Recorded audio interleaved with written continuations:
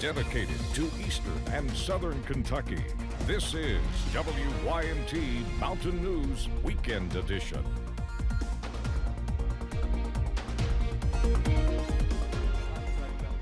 One Monticello man was arrested last night for drug trafficking. The Wayne County Sheriff's Office says they received complaints of a man trafficking in heroin and fentanyl.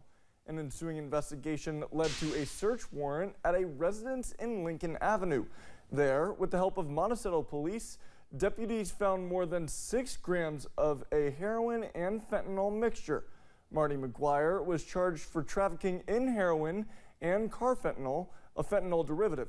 McGuire was also charged with failure to pay or show cause on the underlying charge of possession of a controlled substance.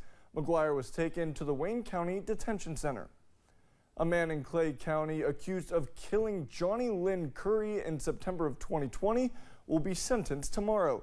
Terry Wagers pled guilty to manslaughter on May 2nd. The charge was amended down from murder.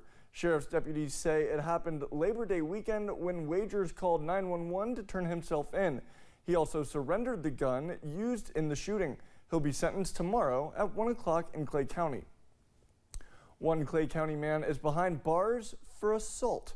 Brian Bilberry was arrested yesterday and charged with assault and disorderly conduct. Bilberry is currently being held in the Clay County Detention Center. A Whitley County man accused of shooting at a family member will be sentenced tomorrow. 25-year-old Brady Bowman was arrested back in January of 2023. After shooting at a family member, Bowman left the Pleasant View community area. Bowman was located on top of a mountain in a tree stand and was charged with wanton endangerment. Bowman is scheduled to be sentenced tomorrow at 1 p.m. 2 houses in Somerset were damaged in a fire early this morning. The fire occurred on Cotter Avenue, where crews found a single-family home with fire blowing out of the window and roof. Officials with the Somerset Fire Department report once they entered the burning building, they found the floors had collapsed. A neighboring home was also damaged. No injuries were reported as everyone made it out of the home. The city of Beattyville was recently recognized for their town square and a well-known man in the community. WYMT's RJ Johnson shares how city officials have worked to revitalize the city. In 2006, officials in the city of Beattyville began their downtown revitalization efforts. Beattyville is a beautiful community. It's a wonderful community, and we love when we have something positive that we can celebrate together, like the town square and our Main Street. However, Main Street Director Teresa Mays says it didn't come without setbacks, such as a fire in 2018, where the town square currently stands. After that fire, the city bought this vacant lot with the hopes that one day we would be able to build this town square on it. And obviously that dream has become a reality. In 2021, flooding damaged several parts of the city. Mayor Scott Jackson says they worked together to help rebuild. Well, I was just elected mayor and took office, and it was a very tragic day, but at a time of need, the city, the county, all constituents come together, they help. The water got into Don Begley's business, where he has been for more than half a century. You used to have to go in there and get the job done and get back in business. The last flood we had in 21, we was out on Monday, we was back in working on Friday. He says he has spent his entire life working to improve the community in Beattyville.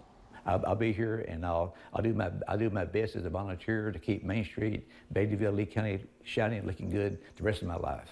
Begley won the Spirit of Main Street Award in May through the Kentucky Main Street program, a program Mays says helps their mission. Main Street holds the identity of your community, and of course we want our Main Street to be something that our community's proud of. This town square really dresses up our Main Street. It's a place that we can hold a farmer's market, live music events where we can showcase local artists and local musicians. The town square was also recognized as the best outdoor space improvement.